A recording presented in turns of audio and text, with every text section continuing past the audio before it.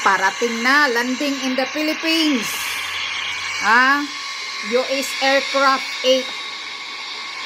Landing in Clark Air Base, Philippines. Tingnan nyo. Ito ang mga pasikretong naglalandingan sa Pilipinas ngayon. Para ano at para saan itong mga missiles na bitbit ng mga aircraft na to. Ganito kasikreto ang gobyerno. B-52H Stratofortress aircraft carry hundreds of missiles at Clark Military Base. USB 52H landed in Clark Military Base. Para saan? Sino bang kalaban ng Pilipinas? Clark, Philippines. Two United States Air Force, USAF, B-52H Stratofortress long-range strategic bombers landed at Clark Air Base, Philippines, today, carrying a cargo of hundreds of missiles. Carrying cargo of 100 The missiles. missiles had just been unloaded from AC-17 Globemaster III cargo plane that arrived earlier. Tingnan nyo yan? Para saan yan, Marcos Jr., yung mga missiles na yan? Sino ba ang bumbahin mo? Kaya pala galit na si Putin. The arrival of the B-52H and its missile load marks a significant increase in U.S. military power in the Southeast Asian region. This is feared by some, but welcomed by others who see it as a deterrent against potential aggression from other countries. Yeah, nagbibigay ka ng galit sa mga ibang bansa. Ginagawa mo ang Pilipinas ng battleground. Andito, pinabitbit mo, pinapayagan mong magpundo dito ng mga missiles. Aircraft, known as the Stratofortress, is an icon of American air power. It is capable of carrying a wide variety of weapons, including nuclear bombs and conventional missiles. Managot ka talaga nito, Marcos Jr. This flight has not been officially disclosed, but speculation suggests that it includes an AGM-86B cruise missile and an AGM-154C standoff joint assault munition, JSAM, anti-ship missile. Yan. Totoo pala yung alam ni President Putin na may missiles na dito sa Pilipinas. May nuclear. Ngayon si Putin mag-produce na rin daw sila ng nuclear kasi ang US naman daw ang lumabag ngayon sa usapan. According to an official statement from the USAF, the missiles carried by the B-52H are JDAM, Joint Direct Attack Munition, and SDB, Small Diameter Bomb, missiles. These missiles are guided with high precision and can be used to attack various targets with high accuracy.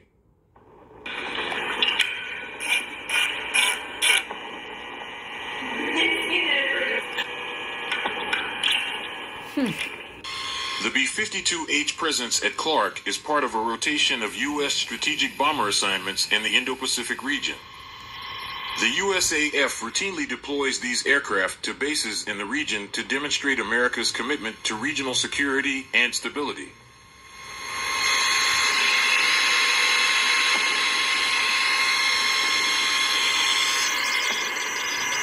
Pinapagalit mo lang talaga, Marcos, na pumayag kang nilagyan tayo nito. Has yet to officially comment on the arrival of the B-52H and its missile payload. You see? However, some military analysts predict that this deployment is a response to China's increasing military activity in the South China Sea.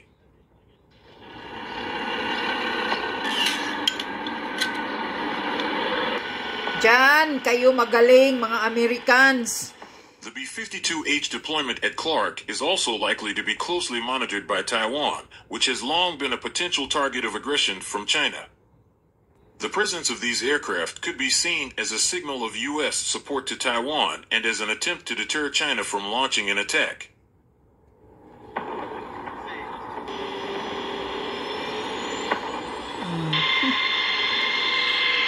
Kawawa ang Pilipinas kung makigira ang China o Taiwan.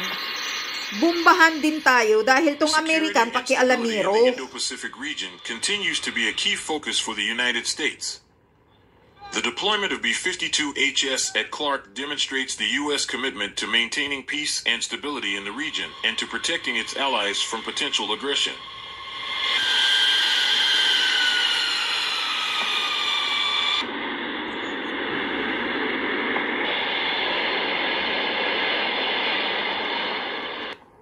However, this deployment could also fuel tensions with China, which views the U.S. military presence in the region as a threat to its interests. The delivery of these B-52HS and missiles to Clark is likely to further exacerbate tensions between the U.S. and China. This could result in an increased risk of conflict in the Southeast Asian region. See? Conflict. Increase the risk of conflict.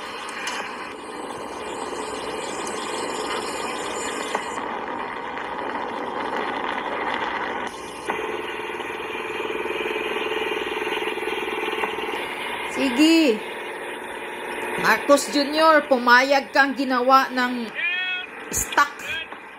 istakanan ng mga Americans ng weapons nila ang Pilipinas. Hindi mo iniisip na pag nagkagulo, damay-damay tayo. Dahil andito ang mga Americans. Andito yung mga missiles nila. Siyempre naman, bombahan din ng China yan. At alam nyo ba kung sino ang mga kakampi ng China? Russia at saka North Korea. Yang tatlo na yan na mga powerful. Kaya nyo bang anuhin yan? Mismo ang US umamin na hindi nila kaya ang China. Pero ikaw, Marcos, nagpapautok ka sa mga manlulokong Americans na to. Troublemakers, hindi ka pa rin natuto sa kasaysayan. Sa nangyayari doong trinaydor tayo ng Americans. Nagpapautok ka pa rin. Ewan ko talaga bakit karamihan ng mga presidente ng Pilipinas sumasandal sa mga kano. Only si President Duterte lang talaga ang pinagmumura itong mga kano at pinalayas. Yung ibang nakaraan din puro nakasandal sa kano. Ano ba talaga sa tingin nila itong kano? Santo? Santo ba ninyo itong mga Americans? Nakasandal kayo dito sa mga manluloko, mga tricker, mga troublemakers na gusto lang nila ng magkagulo ang buong mundo. Dahil ang habol nila na makapagbinta ng mga weapons, ng mga missiles nila. Tapos ginagawa ngayon tayo ng battleground. Nag-i-stack dito ng mga missiles. Ano yan? Mga pinagbibit-bit na nagsidatingan sa Clark Air Base. Pag binumba tayo ng China ang mga kano, tayo ang mamamatay. Lahat. Pilipinas ang masasabog. Hindi ang Amerika. Ganyan ka-wise tong mga Americans. Mga walang hiya. Mga pakialamiro sa bansang nagkagulo na hindi naman nila gulo. Tapos mga sulsuliro pa. Ano ito, Marcos Jr.? Ba't ka pumayag na ginagawa ng maging istakanan ang Pilipinas ng mga ganitong mga missiles nila nagsidatingan ngayon sa Clark? Nakadagdag ka ng galit sa ibang bansa nito eh. Wala tayong kalaban, ang Pilipinas walang kalaban, hindi natin kaaway ang China. Pero pinapayagan mo silang magbitbit ng mga ganitong weapons para saan? Sino ang bubombahan? Diba ang sinasabi mo? Bangag ka nga talaga siguro noong pagsimula ng pagdating ng mga Americans dito na magtayo ng IDCA base. Sinasabi mo na yung IDCA ay para sa pagtulong ng mga kalamidad. Inuuto mo, ginagago mo ang mga Pilipino eh. Nasabi mo para magtulong sa mga kalamidad pag may bagyo, typhoon or kung ano-anong mga lindol. Andito sila. Nakala mo bangag ang utak ng Pilipino katulad mo, Marcos Jr. Yan ang sinasabi mo noong pagdating ng mga Americans na gustong magtayo ng IDCA. Pero ngayon, ano nang nangyayari? Nagiging stockholder na ang bansa natin ng mga ganitong weapons, ng mga missiles na nagsidatingan na. Ano to? Battleground na tayo. Wala na tayong dito, iwas dito. Pag magkagera, pag bombahan ng China yung Taiwan, syempre lalaban ko itong mga hinayupak na mga kano, kakampi ng Taiwan. Titingnan lang natin kung kakampi ba sila ng Taiwan. Kung hindi ba rin nila traidorin, tulad ng ginagawa nila sa Ukraine. Tapos dito sila magbomba sa ground ng Pilipinas, dito nila bombahan ang China. So ano nga akala nyo, ang China hindi magre-response ng pagbomba. So pag magbomba ang China, mag-response bombahan itong mga IDCA, itong mga kano na nandito sa Pilipinas. Sino ang mamamatay? Di tayo. Di ang Pilipino, di ang presidente gunggong, stupido, bobo. Ang Pilipino ang mawawasak, ang Pilipinas ang mawawasak. Dahil andito sila sa lupa ng Pilipinas. Itong mga troublemaker na mga kano na to. Nagpapagamit ka talaga, Marcos. Isa ka talagang uto-uto. Inutil na wala ka talagang kwenta.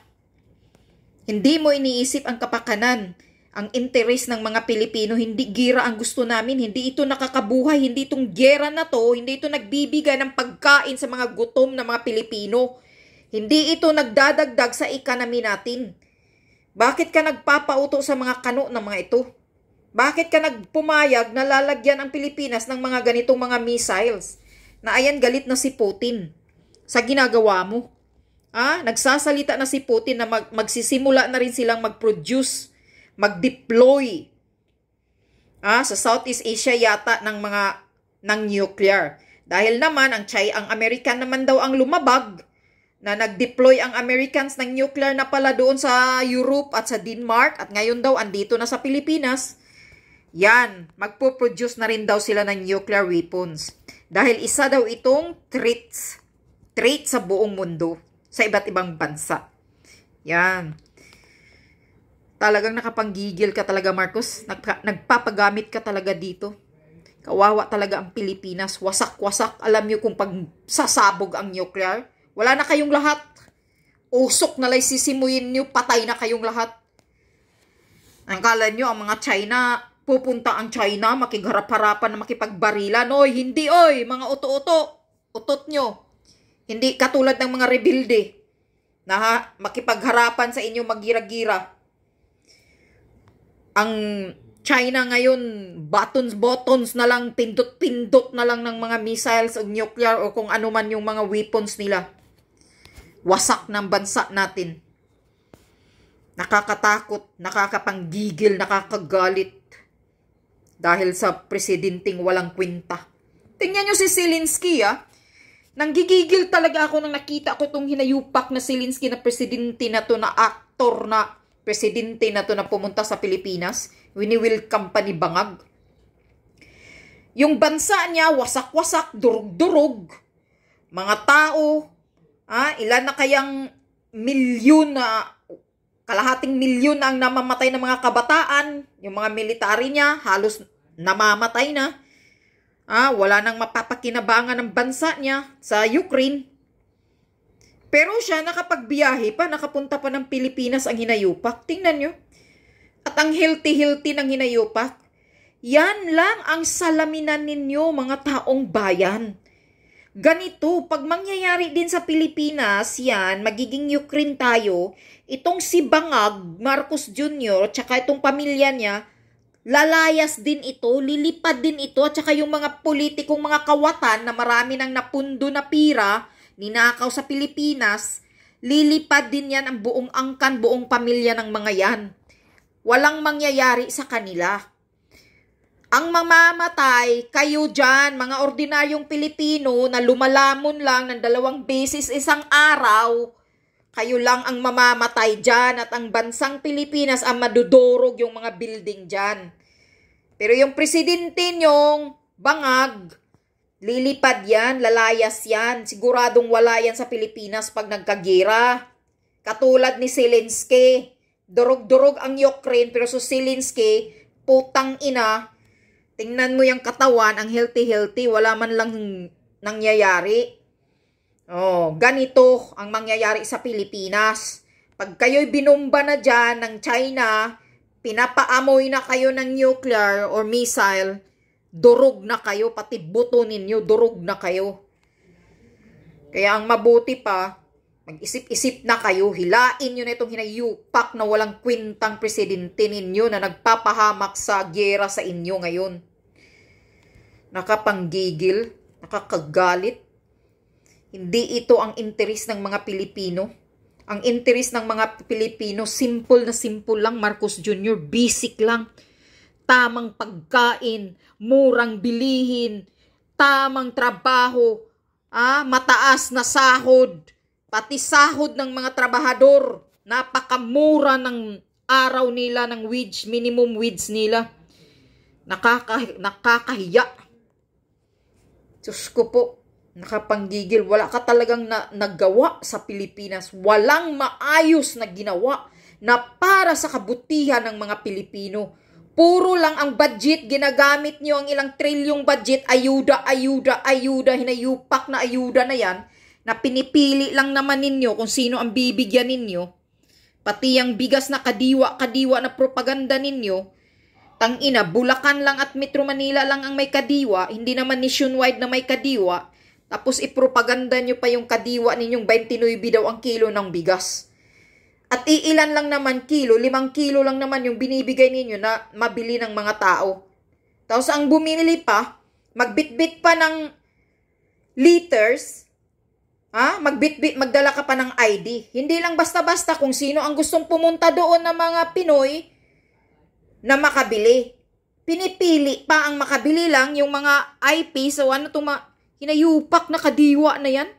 Puro pang tatakip lang sa mga mabibigat na isyu, kunyari. Kadiwa, lamlamin ninyo. Lamlamin mo, Marcos Jr., yung kadiwa mo.